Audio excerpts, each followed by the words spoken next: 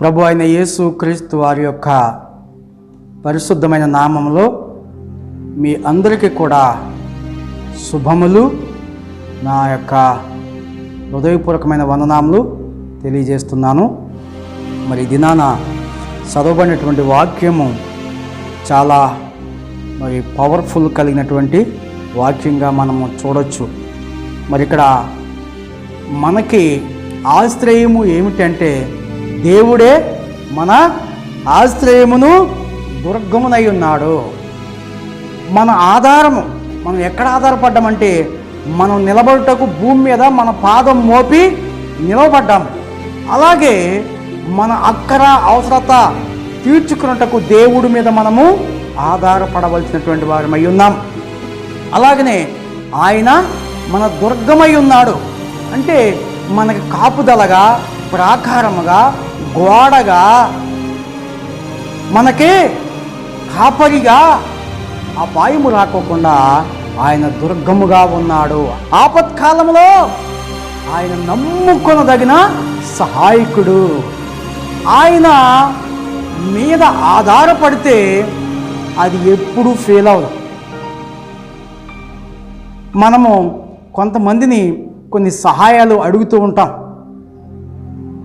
వాహనం సహాయం అడుగుతాము, లేకపోతే డబ్బులు సహాయం అడుగుతాము, లేకపోతే ఏదైనా వస్తువు సహాయము అడుగుతాం. మనం మనుషులం కాబట్టి ఒక మనిషి అవసరము మరొక మనిషికి ఉంటూ వస్తూ ఉంటుంది. ఒక్కొక్కప్పుడు దేవుడు ఉండకుండా కూడా చేస్తూ ఉంటాడు. అయితే మనము అడిగినది ఇస్తానని చెప్పినటువంటి వ్యక్తి మీద సంపూర్ణ నమ్మకము ఉంచుతాం. చివరికి అది అవసరమైన టయానికి ఏం చెప్తారంట, నేను లేదు, ఇవ్వను, నాకు పని ఉంది అని చెప్తారు. కానీ దేవుడు మాత్రము అలాగూ చెప్పడు. ఆయన ఇస్తానంటే ఇస్తాడు, ఆయన ఇవ్వనంటే ఇవ్వడు. కాబట్టి ఆయన నమ్మదగిన వాడు. ఆయన ఎప్పుడంట, ఆపత్కాలంలో నమ్ముకొనదగిన సహాయకుడిగా ఉంటాడు. నేను మీకు ఈ మాటను బట్టి నా జీవితంలో ఈ వారంలో జరిగినటువంటి కార్యాన్ని, దేవుడు నా జీవితంలో చేసిన సహాయాన్ని మీకు నేను చెప్పాలని ఆశపడుతున్నా. నేను ఊరు వెళ్ళటం జరిగింది. అయితే అక్కడ టయాన్ ప్రకారంగా బస్సులు ఉంటూ ఉంటాయి. కొన్ని సమయాల్లో ఆ బస్సులు లేట్ అవుతూ ఉంటాయి. ఆ రోజు ఏమైందంటే, సోమవారం రోజు సాయంకాలము ఆ పడవ దాటవలసిన వాడిని దాటుకోకుండా బస్సు ఎక్కి వద్దాములే, ఒక వస్తువు అవసరమైంది, అది ఆ యొక్క షాపులోనే, ఆ యొక్క ఊర్లోనే దొరుకుతుంది. ఆ వస్తువు కొనుక్కుని తిరిగి వద్దాం టైం ఉంటే, లేకుంటే అటు నుంచి అటు చుట్టాల ఇంటికి వెళ్దాం అని నేను ఊహించి ఆ వస్తువు కొనుక్కుని ఆ సెంటర్లో నిలబడ్డప్పుడు ఏమొచ్చిందంటే, గాలి అలాగనే వర్షము వచ్చింది. అయితే అక్కడికి ఒక బస్సు వచ్చింది. ఏం బస్సు? ఎక్స్ప్రెస్ వచ్చింది. సరే ఎక్కుదాంలే, లేకుంటే ఇంకొక బస్సు వస్తుందిలే అని నేను నిర్లక్ష్యం చేసి అక్కడే నిలబడతాం జరిగింది. అయితే మరొక బస్సు వచ్చినప్పటికీ కొద్ది లేట్ అయింది. సరేలే, ఈ గాలి వర్షంలో చుట్టాల ఇంటికి ఏమి వెళ్తాంలే అని మన ఇంటికి మనం వెళ్ళిపోదామని ఆ బస్సు ఎక్కి రావాల్సినటువంటి టయానికి మరొక బస్సు స్టేషన్కి చేరలేకపోయేటప్పటికి మా ఇంటి దగ్గరికి వెళ్ళేటువంటి బస్సు అప్పటికి వెళ్ళిపోయి అరగంట అయిపోయింది. ఇంకా మా ఇంటి దగ్గరికి వెళ్తాక కానీ, మా ఊరి సమీపంలోకి వెళ్తాక కానీ ఎటువంటి పబ్లిక్ వాహనాలు లేవు అని అక్కడ ఉన్నటువంటి ఆర్టీసీ కాంప్లెక్స్లో చెప్పి ఉన్నారు. నిజంగానే ఏ వాహనాలు కూడా లేవు. అక్కడి నుంచి ఆటో స్టాండ్కి వచ్చి ఆటో పలానా చోటకి వెళ్ళాలి, ఎంత అవుతుంది అని అడిగితే ఆ సెంటర్కి వెళ్ళాలంటే 500, మీ ఇంటి దగ్గరికి తీసుకెళ్ళాలంటే 800 అవుతాయని చెప్పాడు అతను. వస్తారా అని అడిగితే సరే అని నేను మాట్లాడుకోకుండా వెనుదిరిగి వెళ్ళిపోయాను. అక్కడ టిఫిన్ షాప్ ఉన్నది. టిఫిన్ షాప్లో వేడి వేడి ఆ ఊతప్ప వేస్తూ ఉన్నారు. ఆ ఊతప్ప తిని సరే ఎటు వెళ్ళాలో తోసక, యేసయ్యా నువ్వే ఆధారం అని యేసయ్యకి ఆ పైకి చేతులెత్తి దేవుని స్తుతించి నువ్వే నా మార్గదర్శకమని హృదయంలో అనుకుని ఎటు వెళ్ళాలి, పడమరక తూర్పుగా అని ఆలోచించి సరే పడమర కాదు తూర్పు వైపే అన్నట్టుగా నా మనసు అనిపిస్తే నేను తూర్పు వైపు నడుచు వస్తూ ఉంటే ఆటో స్టాండ్ ఆయన మళ్ళీ ఆటోలో కూర్చుండి, అయ్యా నువ్వు ఎంత ఇవ్వాలనుకుంటున్నావు, ఎంత ఇస్తావు, ఎంత ఇవ్వగలవంటే నేను ఏమీ ఇవ్వలేనులే అని చెప్పి అన్నాను. మరి ఎలాగెళ్ళాలనుకుంటున్నావు? చేతుల పైకెత్తి ఆయనే అన్నాను. ఆయనే అలా నడిపిస్తాడు అని నేను వెనుదిరుక్కోకుండా నా అడుగులు వేసుకుంటూ ఒక సెంటర్కి వచ్చిన. ఆ సెంటర్లో నిలబడి యేసయ్యా అన్నా. యేసయ్య అనేటప్పటికీ ఒక వాహనం వచ్చి అక్కడ టర్న్ అవుతుందా, టర్నింగ్లో నిలబడ్డా. స్లో అయినప్పుడు ఆయన వంక చూశాడు. అయ్యా లిఫ్ట్ అన్నట్టుగా నేను చెయ్యెత్తితే అతను ఆ బండి ఎక్కించుకుని ఎక్కడికి వెళ్ళాలన్నాడు. నేను ఫలానా మరి సెంటర్కి వెళ్ళాలంటే అక్కడ దాకా వెళ్ళను, కానీ నేను ఎక్కడ దాకా వెళ్తే అక్కడ దించేస్తానన్నాడు. అప్పటికే రాత్రి 11 గంటలు అయిపోయింటాయి. 11 గంటలు అయిపోయింది. సరే ఆయన తీసుకెళ్ళి ఒక 10 కిలోమీటర్లు తీసుకెళ్ళి దించేసి ఇక్కడ వరకు అని చెప్పి ఆయన విడిచిపెట్టి ముందు సెంటర్కి వెళ్ళండి, ఎవరైనా మిమ్మల్ని తీసుకెళ్తారేమని చెప్పి ఆయన వెళ్ళిపోయిన తర్వాత అక్కడ కూడా కొద్దిసేపు నిలబడిన తర్వాత 5 నిమిషాలు నిలబడిన తర్వాత ఇంకొక వాహనం వచ్చి నా ముంగడ ఆగింది. అయితే ఆయన దగ్గర కూడా లిఫ్ట్ అన్నట్టుగా నేను ఇలా అడ్డం పెట్టినప్పుడు ఆయన వాహనం వచ్చి నా ముంగడ ఆగటం జరిగింది. మరి ఎక్కడికి వెళ్ళాలంటే సెంటర్ కంటే అక్కడ దాకా వెళ్ళను, కానీ నేను ఎక్కడ దాకా వెళ్తే అక్కడ దించేస్తానని చెప్పాడు. ఆయన క్రైస్తవుడే. ఆయన అనేకమైన విషయాలు మరి వాళ్ళ చర్చ విషయాలు కొన్ని విషయాలు నాతో పంచుకున్నాడు. కష్టకాలని పంచుకున్నాడు. కొన్ని సత్యాల్ని మరి నాకు అక్కడ ఉన్నటువంటి అపోహల్ని, ఆ చర్చిలో ఉన్నటువంటి అపోహలు నా హృదయంలో ఉండేవి. అవన్నీ కాదండి, నేను కూడా ఆ చర్చ్ నెంబర్నే కాదు అని కొన్ని మాటలు ఆయన అక్కడ ఉన్న సత్యాలను చెప్పడం జరిగింది. ఆయన తీసుకెళ్ళి ఇంకొక 10 కిలోమీటర్లు తీసుకెళ్ళి దించడం జరిగింది. అక్కడ నేను వెళ్ళిపోతాను అని చెప్పి ఆయన వెళ్ళిపోయాడు. అప్పటికే వర్షం కొంచెం పడుతూ ఉంది. ఏటేళ్ళలో తెలియదు. యేసయ్య నాతో ఉన్నాడో, నేనేం భయపడను. ఆయన ఇమ్మానుయేలు, తోడుగా ఉండేటువంటి దేవుడు, మనకు తోడై ఉండే దేవుడు. ఆయన మనల్ని విడిబడు ఎడబాయుడు.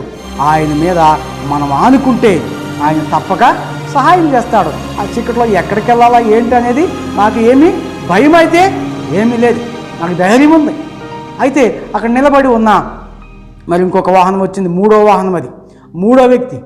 అతను ఎత్తినప్పుడు ఆఫ్ చేశాడు. కొంచెం దూరం వెళ్ళిపోయి ఆఫ్ చేశాడు. నేను పరిగెట్టుకెళ్ళి ఆ వాహనం ఎక్కాను. ఎక్కిన తర్వాత అతను అంటున్నాడు, ఎక్కడికి వెళ్ళాలన్నాడు. ఫలానా చోటకి వెళ్ళాలని చెప్పిన. మరి ఇప్పుడు ఎలాగెళ్తాడన్నాడు. మరి ఎలాగెళ్ళాలంటే దేవుడే ఇక్కడ దాకా నడిపించాడు, మరి ఇక్కడి నుంచి కూడా దేవుడే నడిపిస్తాడు అని చెప్పినప్పుడు మరి ఆ డబ్బులు ఇస్తే కొన్ని నేను అక్కడ దించేస్తాను అన్నాడు. ఆయన మాటలు నాకు కొంచెం ఏంటంటే తెలిసినటువంటి వ్యక్తిగా నాకు అర్థమవుతూ ఉన్నాయి. ఆ వ్యక్తి తెలిసిన వ్యక్తిగా అర్థమవుతూ ఉంటే ఆయన ముఖంలోకి ఎట్టి చూస్తున్నాను, కానీ ఆయన ఇంకా కిందకెట్టేసుకుంటున్నాడు. అయితే మరి ఒక 7 కిలోమీటర్లు వెళ్ళిన తర్వాత ఒక చీకటి రోడ్లోకి తిప్పేసి బండి, ఇటు వెళ్తాడు బండి, ఇటు షార్ట్ కట్టు అని చెప్తూ ఉన్నాడు. అయ్యా ఇటు అయితే వద్దు, కానీ నేను సెంటర్లోంచి వెళ్తాను, కానీ ఇటు నుంచి వద్దులే అని బండి దిగిపోవడానికి నేను ప్రయత్నం చేస్తుంటే ఆయన బండి ఆపేసి అప్పుడు నా ముఖం వైపు చూశాడు. అయితే అతను ఒక తెలిసినటువంటి వ్యక్తి, మా గ్రామానికి సమీప గ్రామంలో ఉన్నటువంటి వ్యక్తి. అయితే మనము ఇలా వెళ్ళిపోదాము, ఇది షార్ట్ కట్, నేను చూసే నేను గుర్తుపట్టి నేను బండి ఆఫ్ చేశాను. ఒక ఫంక్షన్కి వెళ్ళి నేను వస్తూ ఉన్నాను. నేను కూడా వర్షానికి అక్కడ ఆగిపోదాం అనుకున్నా. వర్షం కొంచెం తక్కువ అవడంతో నేను బండి మూవ్ చేసుకుని ముందుకు వచ్చాను. మరి మీరు ఇక్కడ నిలబడ్డారు, మిమ్మల్ని తీసుకెళ్తాకే మరి నేను ఆగాను. అందుకని ఇటు వెళ్ళిపోదామని చెప్పినప్పుడు మేము మరి కొన్ని విషయాలు చెప్పుకుంటూ వచ్చి ఆ వాహనం ఎక్కడ తీసుకొచ్చిందంటే సరాసరి నా ఇంటి ముందుకు తీసుకొచ్చి, నా ఇంటి దగ్గరికి తీసుకొచ్చి ఆ వాహనము అతను దించి వెళ్ళాడు. దేవుని స్తోత్రం కలుగునుగాక. దేవుని మీద ఏంటంటే ఆధారపడితే ఆపత్కాలంలో నమ్ముకొనదగిన సహాయకుడు. ఎందుకంటే రీసెంట్గా నా యొక్క ప్రయాణంలో జరిగినటువంటి మరి ఈ యొక్క అద్భుత కార్యాన్ని మీ ముందు చెప్పడానికి నేను సంతోషపడుతూ ఉన్నాను.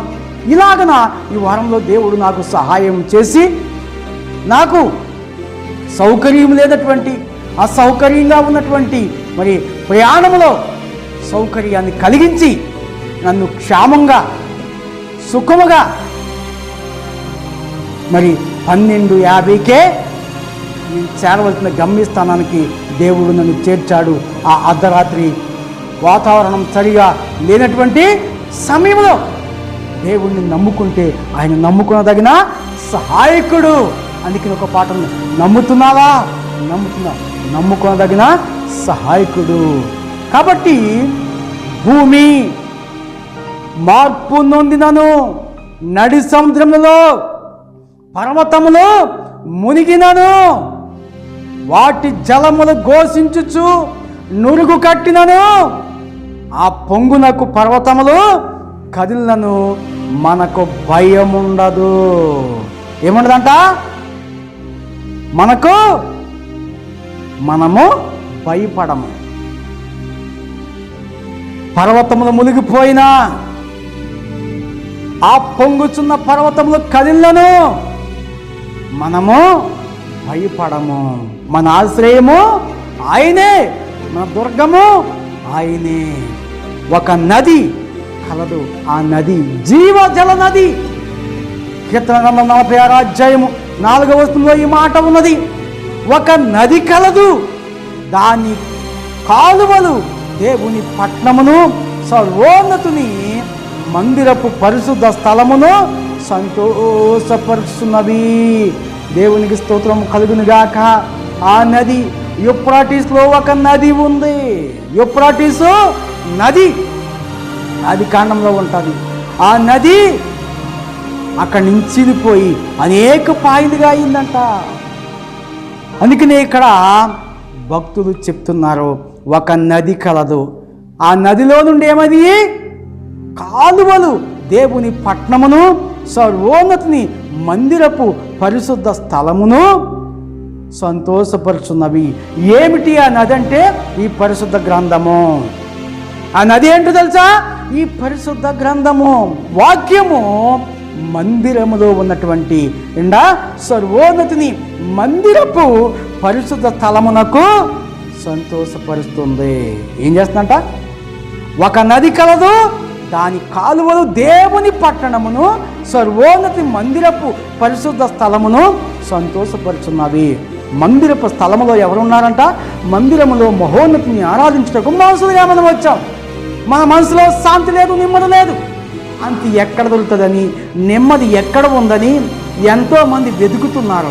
కానీ అది యేసయ్య సన్నిధిలో మాత్రమే దొరుకుతుంది, మరెక్కడను దొరకదని ఈ గ్రంథము రుజువు చేయుచున్నది. ఆ నది ఏంటది? నది.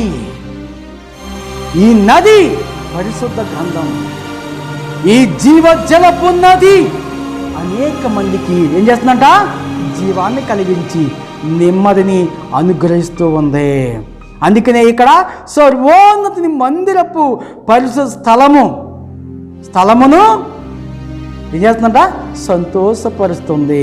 ఎవరైతే మందిరంలోనికి వస్తారో, మనశ్శాంతి లేకుండా వస్తారో, ఆ మనసునంతా దేవుని పైన ఆనుకుని దేవుణ్ణి ఆత్మతో సత్యముతో ఆరాధిస్తారో వాళ్ళకి ఏమి ఇస్తాడైనా? నెమ్మదిని, జీవాన్ని.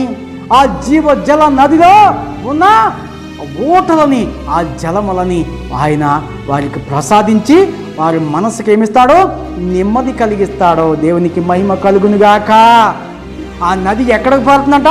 దాని కాలువలు దేవుని పట్టణమును, సర్వోన్నతుని మందిరపు పరిశుద్ధ స్థలమును ఏం చేస్తాయంట?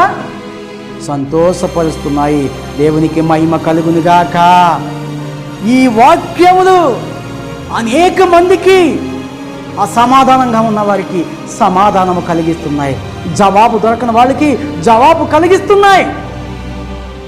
ఇది ఎవరిదంటే సర్వోన్నతమైనటువంటి శక్తితో పరిశుద్ధాత్మతో రాయబడినటువంటి వాక్కులు. సృష్టికర్త ఎవరికి ఏ వాక్కు కావాలో ఆ వాక్కుని వారికి అందించి సమాధానమును ఇచ్చేటువంటి దేవుడిగా ఉంటూ ఉన్నాడు. ఒక నది కలదంటే ఆ నది పరిశుద్ధ గ్రంథమే, మరొకటి కాదు అని నేను చెప్తున్నా.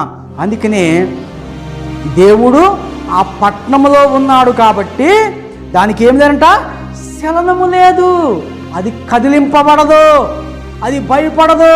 ఆ పట్టణంలో ఉన్న వారికి ఏ భయం. దేవుడు ఆ పట్టణంలో ఉంటే ఆ పట్టణంలో ఉన్న ప్రజలకి ఏ భయము లేదు. ఆయన ఆ పెండుల్లో ఉన్నాడు. ఆ పెండుల్లో కరువు వచ్చింది, ద్రాక్షరసం అయిపోయింది. ఆ పెండులో ఆయన ఆ నీళ్ళని ద్రాక్షరసంగా మార్చి ఇంతకు ముందున్న ద్రాక్షరసం కంటే రుచికరమైన ద్రాక్షరసాన్ని తయారు చేసి ఏంటా ఆయన వారికి అందించినట్లుగా మనం చూడగలము. దేవుని స్తోత్రం కలుగునుగాక. అంటే ఆయన ఎక్కడుంటే అక్కడ సమృద్ధి, ఆయన ఎక్కడుంటే అక్కడ శాంతి, ఆయన ఎక్కడుంటే అక్కడ సమాధానము.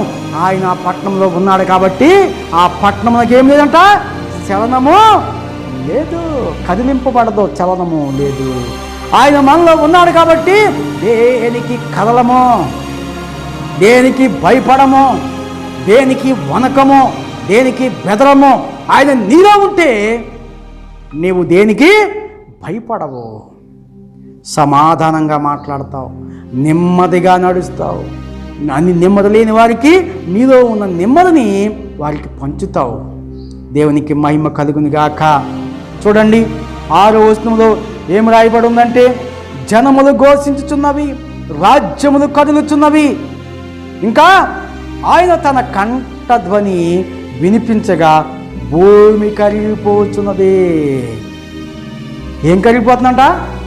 దేవుని కంఠధ్వని. కంఠధ్వని వినిపించగా భూమి కరిగిపోతుంది. ఎంత బలమైందో! ఎందుకంటే తన కంఠధ్వనిలోంచి వచ్చినటువంటి మాట వల్లే భూమిని సృష్టించాడు. ఆయన కంఠధ్వనికి భూమి ఏం చేస్తుందంట? కరిగిపోతుందంట. చూడండి, సైన్యములకు అధిపతి యెహోవా మనకు తోడై ఉన్నాడు. ఎవరంట? సైన్యములకు అధిపతియగు యెహోవా మనకే తోడై ఉన్నాడు. కాబట్టి మనం కదలము, మనం భయపడము, ఆకలికి అలమటించుకోము. నువ్వు ఆయన వస్తున్నాడు. ఆకలైనా దప్పికైనా నేను అడుక్కునేవాడుగా నన్ను దేవుడు చేయలేదు. ఎక్కడ చేయి చాపను, దేహి అనవలసిన పని లేదు. దేవుడే నాకు అన్నీ అనుగ్రహిస్తాడు. ఒకవేళ అనుగ్రహించకపోతే ఆయనలోనే నేను అంతమైపోతాను తప్ప నేను అడుక్కోను. నేను కూడా అడుక్కోను. ఎందుకంటే ఆయన నాకున్నాడు. ఆయన అన్నం పెడతాడు, నా ఆకలి తీరుస్తాడు, నా ఆత్మకి ఆనందం ఇస్తాడు. కాబట్టి అడుక్కునే దుస్థితి దేవుడు ఆయన నమ్మిన వాళ్ళకి కలగజేయడు. అందుకనే దావీదు అంటాడు, నేను చిన్నవాడినై ఉన్నాను, ఇప్పుడు ముసలివాడినై ఉన్నాను. నీతిమంతులు కానీ నీతిమంతుల పిల్లలు కానీ ఎన్నడూ భిక్షమెత్తుకుంటా చూడలేదు. ఆయన నీతిని అనుసరించేవారు, ఆయన క్రమాన్ని అనుసరించేవారు, ఆయన అడుగుజాడలో నడిచేవారు, ఆయన ఆరాధించేవారు, ఆయన అత్తుకుని ఉండేవారు. ఎన్నడూ ఆకలి కొనరు. సింహం పిల్ల అయిన ఆకలి కొంటాయేమో కానీ ఆయన పిల్లలు ఆకలి కొనరు. ఆయన తృప్తి పరిచేవాడు. అందుకే దేనికి భయపడనక్కర్వద్దు. కాబట్టి ఆయన సంధిలో మాత్రము వణుకుతూ, గడగడా వణుకుతూ ఆయన పాద సంధిలో మనం ఉన్నాయాడులా ఆయన మనల్ని ఆదుకునే నాదుడుగా ఉంటాడు. దేవునికి మహిమ కలుగునిగాక. ఎవరు మనకు తోడై ఉన్నాడో? సైన్యములకు అధిపతియగు యెహోవా మనకు తోడై ఉన్నాడు. ఇంకెవరు తోడైనా? యాకోబు దేవుడు. ఎవరంట ఆయన? యాకోబు దేవుడు మనకు ఆశ్రయమై ఉన్నాడు. యాకోబు ఇశ్రాయేలు దేవుడు, యాకోబు ఇశ్రాయేలుడై ఉన్నాడు. ఈ యాకోబు ఏమయ్యాడంట? ఇశ్రాయేలీయుడిగా మార్చేశాడు దేవుడు. అలాగే మనము కూడా ఒకప్పుడు అన్యులుగా ఉన్న మనల్ని ఆయన్ని ఆశ్రయించే వాళ్ళుగా మనల్ని మార్చి ఉన్నాడు. మన బ్రతుకుని మార్చాడు, మన నడకను మార్చాడు, మన మాటను మార్చాడు, మన మనసుని కూడా ఆయన వైపు తిప్పుకొని ఉన్నాడు. కాబట్టి మనము దేనికి భయపడము. సైన్యములకు అధిపతి యెహోవా మనకు తోడై ఉన్నాడు. కాబట్టి మనము దేనికి కూడా భయపడము. 7వ వచనం చదివినప్పుడు ఏమన్నాడు? సైన్యములకు అధిపతి యెహోవా మనకు తోడై ఉన్నాడు, యాకోబు యొక్క దేవుడు మనకు ఆశ్రయమై ఉన్నాడు. యెహోవా చేసిన కార్యములు వచ్చి చూడండి రా బాబు. ఎవరంట? యెహోవా చేసిన కార్యములు మీరందరం వచ్చి చూడండి. దేవుని సన్నిధిలోకి రాకుండా, దేవుని మాట అనుకోకుండా, దేవుణ్ణి ఎక్కిరించినట్టు అపహసించినట్టు మాట్లాడి మీరు నడుస్తూ ఉంటే మీకు అర్థం కావు దేవుని కార్యాలు. మీరు వచ్చి చూడండి, ఆయన అద్భుత కార్యాలను చూడండి, ఆయనలో ఉండి చూడండి, ఆయన్ని నమ్మి చూడండి, ఆయనలో నడిచి చూడండి, ఆయన్ని ఆరాధించి చూడండి. ఆయన అద్భుత కార్యాలు మీకు అప్పుడు అర్థమవుతాయి. అంతవరకు మీకు అనబడము, కనబడము. ఆయన కార్యములు హృదయానికి అగోచరము. కాబట్టి ఇక్కడ 8వ వచనం అంటాడు, యెహోవా చేసిన కార్యములు వచ్చి చూడుడి. ఆయనే భూమి మీద నాశనములు కలగజేసేవాడు. ఎవరంట భూమి మీద నాశనం కలగజేసేవాడు? ఆయనే. ఆయన మాట వినకపోతే చెప్తాడు చెప్తాడు చెప్తాడు చెప్తాడు చెప్పి చెప్పి ఎన్నిసార్లు గద్దించిన విననలన కుమారుడు హఠాత్తుగా మరణిస్తాడంట. అయ్యో, నీకు మరణం కావాలా, జీవం కావాలా? ఆయన మాట వింటావా, సస్తావా? నీకు చావే కావాలంటే ఆయన మాట కింద, ఆయన మాట వినకుండా సస్తే నువ్వు పాతాళానికి పోతావు. అక్కడ నీ జీవితం అంతా వేదన, దుఃఖము ఉంటుంది. ఆయన మాట వింటే నీకు నిత్య జీవము, పరదేశంలోనికి వెళ్తావు చనిపోతే.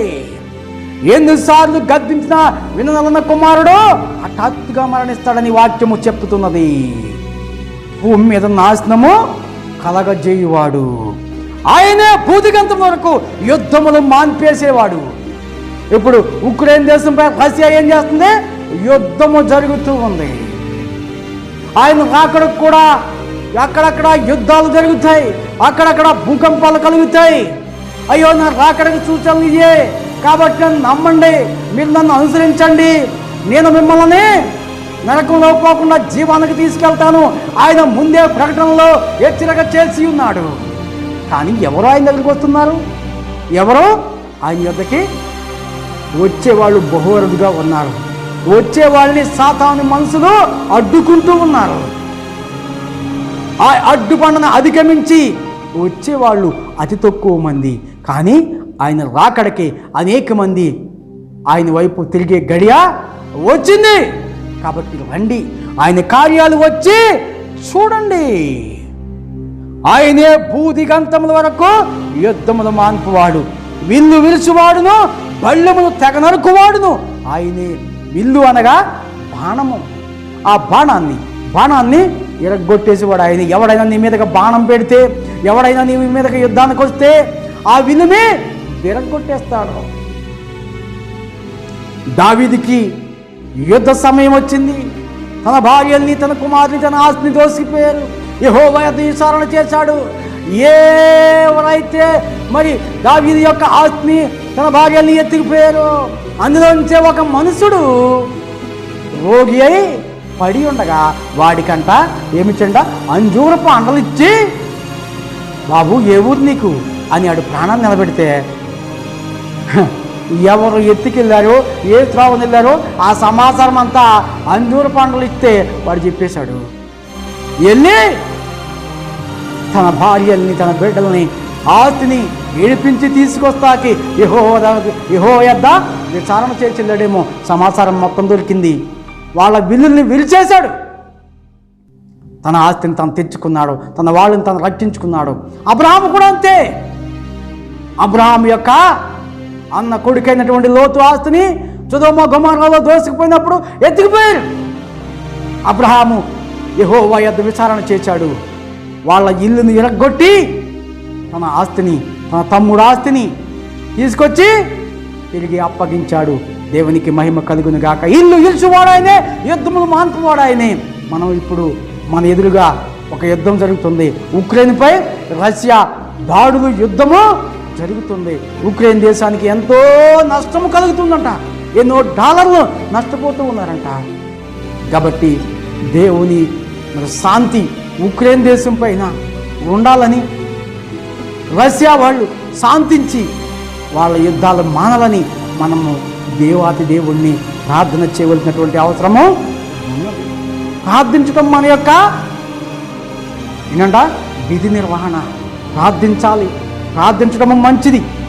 కాబట్టి మన పొరుగు దేశాల గురించి ఎక్కడ యుద్ధాలు జరుగుతున్నాయో అక్కడ శాంతి నెలకొనాలని మనము యుద్ధములు మాన్పువాడు ఆయనే. కాబట్టి ఆయనకు మనం మొర్రపెట్టేవాళ్ళుగా ఉండాలి. దేవుని స్తోత్రం కలుగునుగాక. మనం ఇంకా కిందకి చూసినప్పుడు యుద్ధ రథములను అగ్నిలో కాల్చివేయవాడు ఆయనే.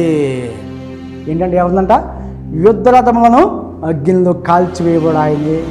మనము మనుషులం కాబట్టి ఎవరైనా ఏదన్నంటే కొంచెం రోషం వస్తుంది, కక్ష సాధించాలనుకుంటాం. కానీ మనము కక్ష సాధించుకోకుండా మన యొక్క భారాన్ని ఆయనకు అప్పగిస్తే యుద్ధము అయిందే. యుద్ధము యెహోవాదే. ఎవరిదంట? యుద్ధము యెహోవాదే. అందుకని ఇక్కడ 10వ వచనంలో ఇక్కడ చెప్తున్నాడు.